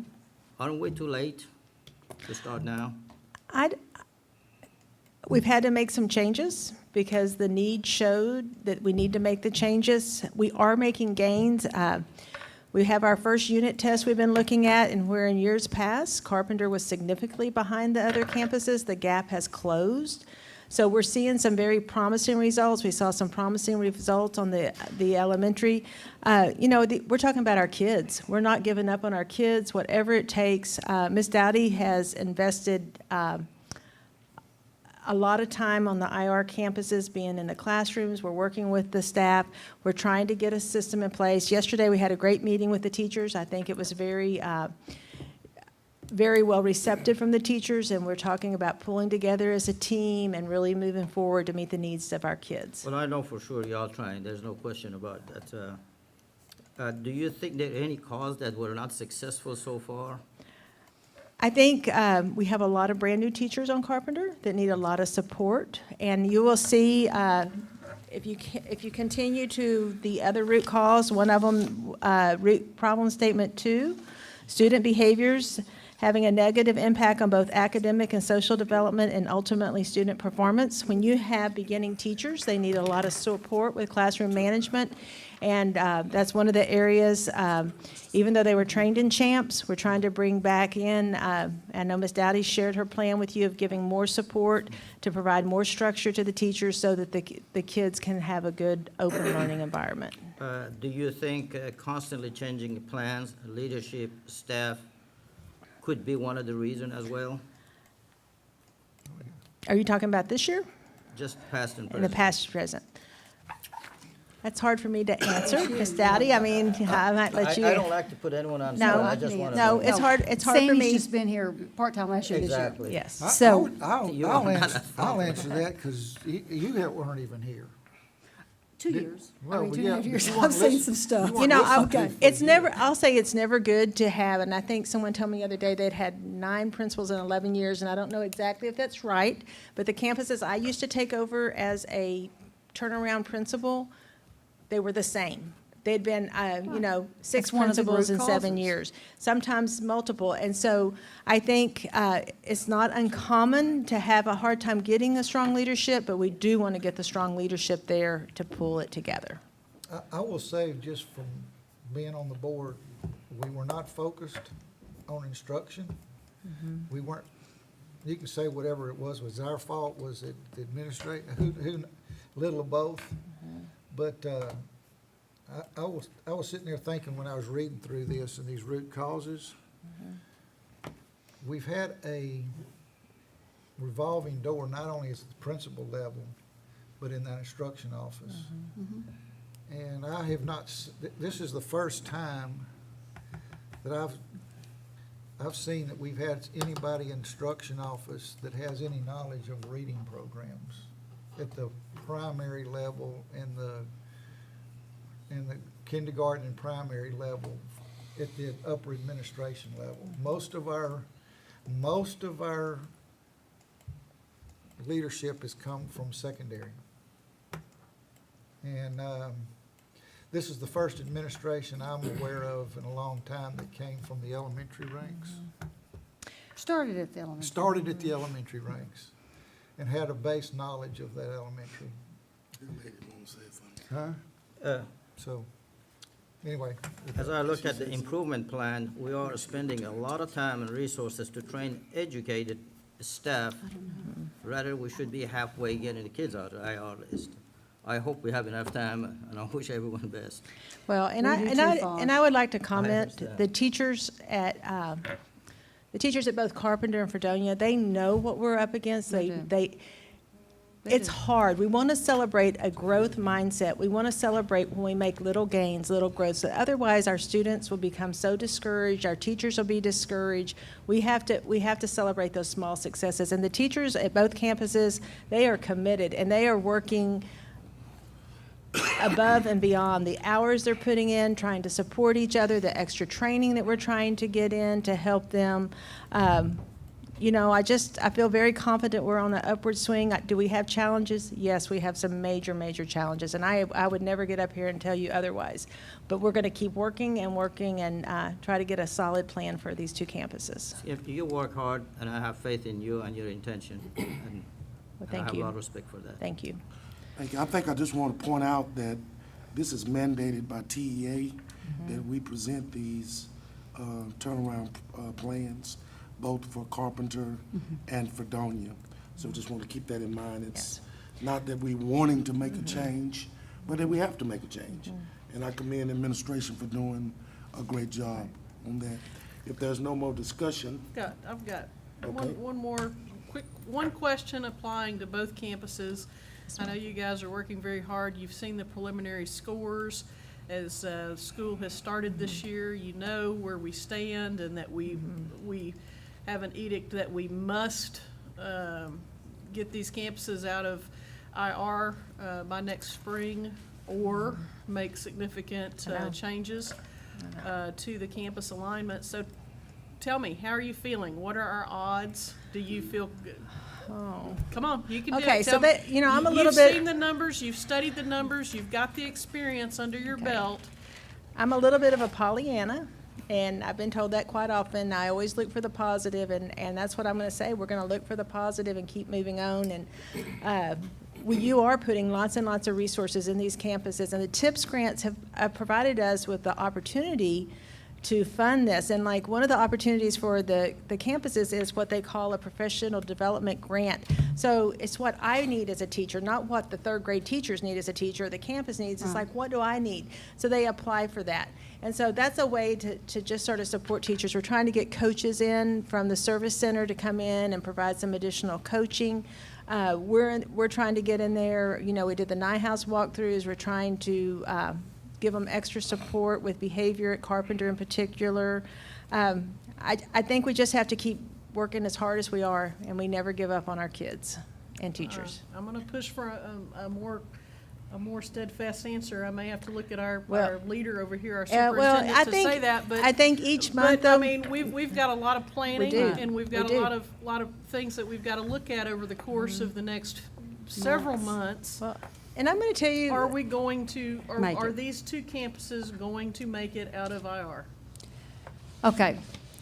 Well, we're going to bring to you next month our first round of true testing in the upper grades and all, and you're going to see the comparison from last year as well as to what they're doing compared to the other schools.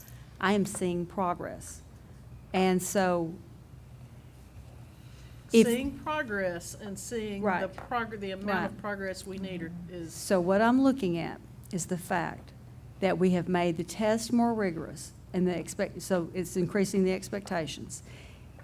We're working with the teachers, the formula that works, and that is that they must know the TEKS, and we're practicing with them, because when you read a TEK, you assume you know what it means. But often the test presents it in another manner. It's not what you just assume it is. So we have to go through with the teachers to understand the TEKS, work that backwards, so they look at the test, they understand the test, they know what they're teaching. And then they work backwards to get that prepared so that they're going to hit the target. It's all about the scope and sequence and whether they're hitting the target on that test, and as well as test-taking skills.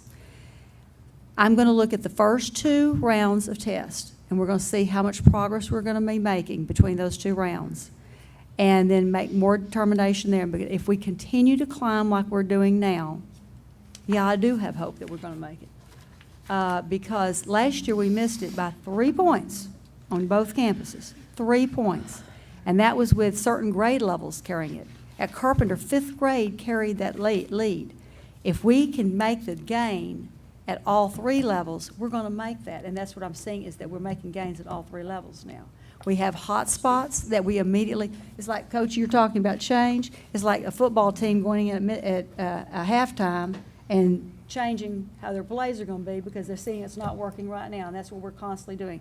If this is not working, we got to shift. We've got to say, okay, we presented this, it did not work, we got to go in immediately with another group or something to help change the direction we're taking immediately. We have to put those interventions in place, and I've got to provide every support I can for those 2 campuses. I'm pulling everything out of the bag. I said if I have to get down to 1-to-1, we're going to do it to get those kids out. And if we made it within 3 points this year, I do have that hope because I'm seeing now gains across the 3 grade levels, not just one. On your timeline, when would you expect, I To hear know. what you're saying.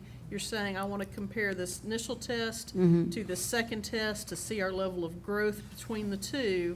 So are you saying by midterm, you think you'll have a good feel? Well, I know for- which direction we're taking, but I feel like you always see, or what we've seen in the past, is that kids in the fall, you're talking about kids who are just learning that initial year. It's 5th grade, it's just like you saw here. They haven't even been taught the lessons yet, so you should see that climb. For whatever reason, we always would laugh because the teachers were always panic-ridden, am I right before Christmas, because they don't see the gains they want to make. But for some reason, right after Christmas, all of a sudden, it's like a shift in their minds or whatever, but they begin to really roll with it.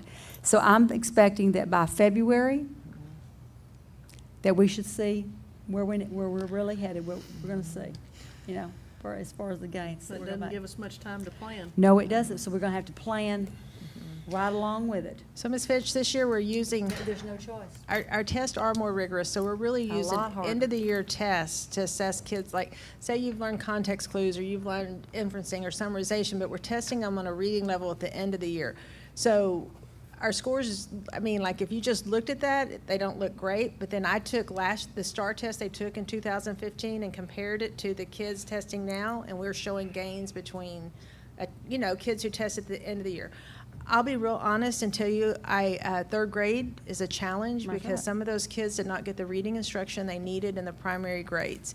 And it's really hard to teach some of those higher level skills when you're trying to teach third graders how to read. And so, we're working a lot with the teachers about getting that mini lesson up there, teaching them that skill, but let's teach them how to read because we want our kids to know how to read. But they can't do Absolutely. it. Yeah. And I don't want it to sound all negative I because know. it was very evident in the scores that you provided. Our first and second graders are looking strong. So I think we'll see those stronger numbers in third grade this year. But this is our immediate crisis. Right. Our Right. immediate crisis are those two Third, campuses. fourth, and fifth. Right. That's right. And the good thing about data is data does tell you the principals, it tells It's the not campus lying. leaders, it tells Ms. Dowdy, it tells myself, this teacher needs more help. They need more walkthroughs, they need more coaching, they need Put somebody in there experts, with they them. need modeling. I know with a lot of the beginning teachers at Carpenter, we have the math coach going in and modeling the first lesson of the day. So when she teaches at the next couple of periods, she's seen that coaching. First year teachers, they need a lot of help. They do. They need a lot of help, especially with And so on many a of t- them on coming tough not out of a campuses. traditional program. Yeah. So I'm going to ask, the administration's going to ask you to approve the targeted improvement plan for Emmeline Carpenter Elementary and Fredonia Elementary. Did you have a Thank question? you. I wanted to ask, go ahead, Russell. Yeah, I just want to make one more comment following up on Fosh and this idea of change. And it logically and practically, it's understandable, you see too much change, it can be a bad thing. But when I got on the board, I think one of the biggest problems with Carpenter is that there wasn't the leadership there that was enacting the discipline and even didn't have good relationships or try to have good communications and relationships with parents, and it was a pretty bad environment. And this has taken time to develop, and that's why we're talking about the bubble and the scores. And so, but from what I've seen with this administration, we've poured more resources into elementary schools in Carpenter for reading. Is that not true? That's Than true. ever before that I've That's ever true. seen. And some, not just tonight, but in some of the past testing scores I've seen brought to us from those testing in the elementary levels, there's been vast improvements in the last year or so. You're right, So we're right. steadily making improvements. Right. And I would like to say we're partnering with the retired teachers at Carpenter, Yeah. and they're going in and teaching. Those retired teachers are coming in and working with kids. Sometimes kids just need to be taken out of that great big group where I'm going to concentrate on you. And so we're excited that they're partnering with us. At Fredonia, we have the Rotary Club coming in and reading. So all those community partners are invaluable in helping our kids learn to be readers. And I know y'all have heard this story from me probably, but it sums it up to me. When I walked in 2 years ago in the springtime, and it was right a month before testing in April, and I asked to see the local assessment scores at that time to sum up where we were. We only had 1 month to go. And I asked to see the scores, and I looked at them, and I said, and then I came across this campus, because I hadn't even been out to see the campuses yet, and I looked at Carpenter, and I didn't even know where it was, and I looked at it, and it was all zeros. Every score was a zero, and I said, what is this? And they said, this the scores of the test. And I said, how can you have all zeros in March? The kids are testing next month. And that's where they were. I mean, you're talking about kids scoring zero in the month of March on their local assessments to take a test in April. They had no chance. That's where they were. And so you're seeing that group moving through. And we put in interventions to gain. And you saw what happened last year with the fifth grade team taking those kids and what they did with that group. So yes, it is possible. And look at You better believe look it's at TJR. possible. TJR was a 5+ IR campus that we were able to get out. Thank you very much, Ms. Harshberger. And she knows how hard it is to keep them out. We went to a conference in San Antonio, and they said 52% of the schools that get out of IR go back the next year. Well, that ain't going to happen, And that's is it, not, because Paula? you know what? That's what Ms. Harshberger said. That just gave her the little bit of fighting that she needed to keep it going. But, at Ms. Dowdy's and Ms. Kelly's conference, when they were talking, all those schools that came to hear us were all in the same spot we were, and all trying to see what is going to be the magic to get our kids out and get this instruction going. And it's high level. So anyway, we're motivated, and we're not going to lose hope, and we're going to keep our focus. I believe in them. Thank you so much. Appreciate your hard work. I want to say that your plan almost, when I read through them, the thing that jumped out at me, and I just want to make sure that it's in place, is heavy, because it fit into what they're saying, to change children, you have to change adult behaviors before you can change the other. Your plan is heavy into your professional development on each campus.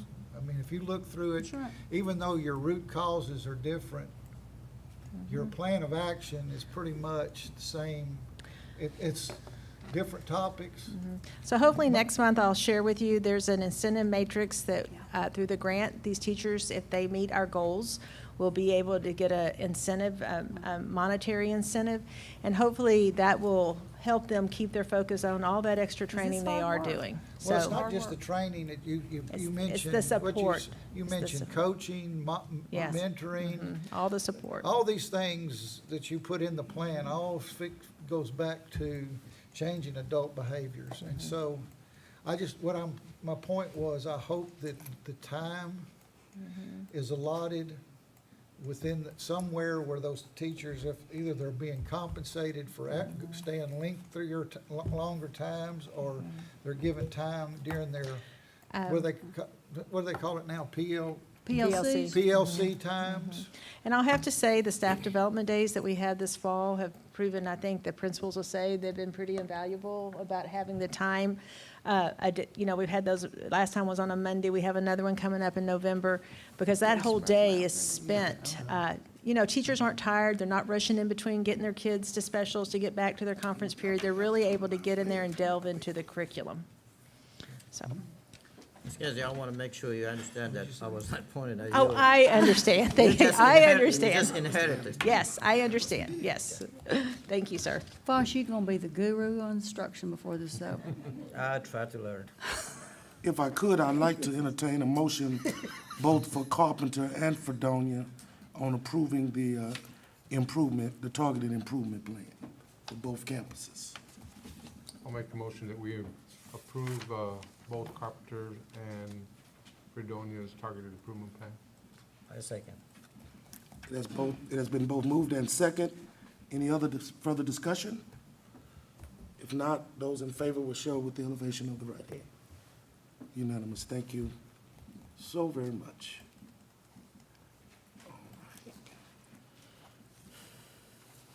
All right.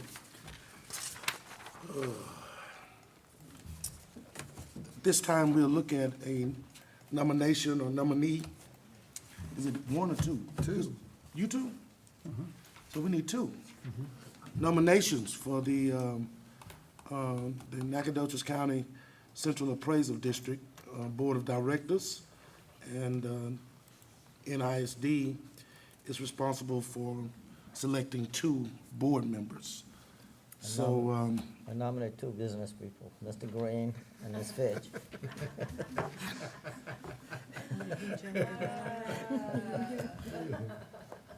They both are good with numbers. who do you nominate? Mr. Green and Mr. He have Fitch. he have to leave. I'd certainly nominate Mr. Green, because he's got the experience and been Why on did it, we and have to knows the leave? ins and outs, That's for right. sure, and needs to be one with the experience on the board. I thought they said And we other had than to. that, anybody wants to volunteer. All right, leave. Take a second. I don't know what he told you, but I think he said I have to leave, because I've served my term. No, But it was you- the same thing last year, and he did it again. I gotta step out for 1 year. But you can stay. You're the president. that's correct. So what's on the table?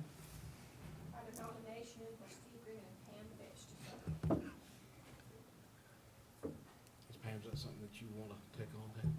I'd be happy to. Thank you. Okay.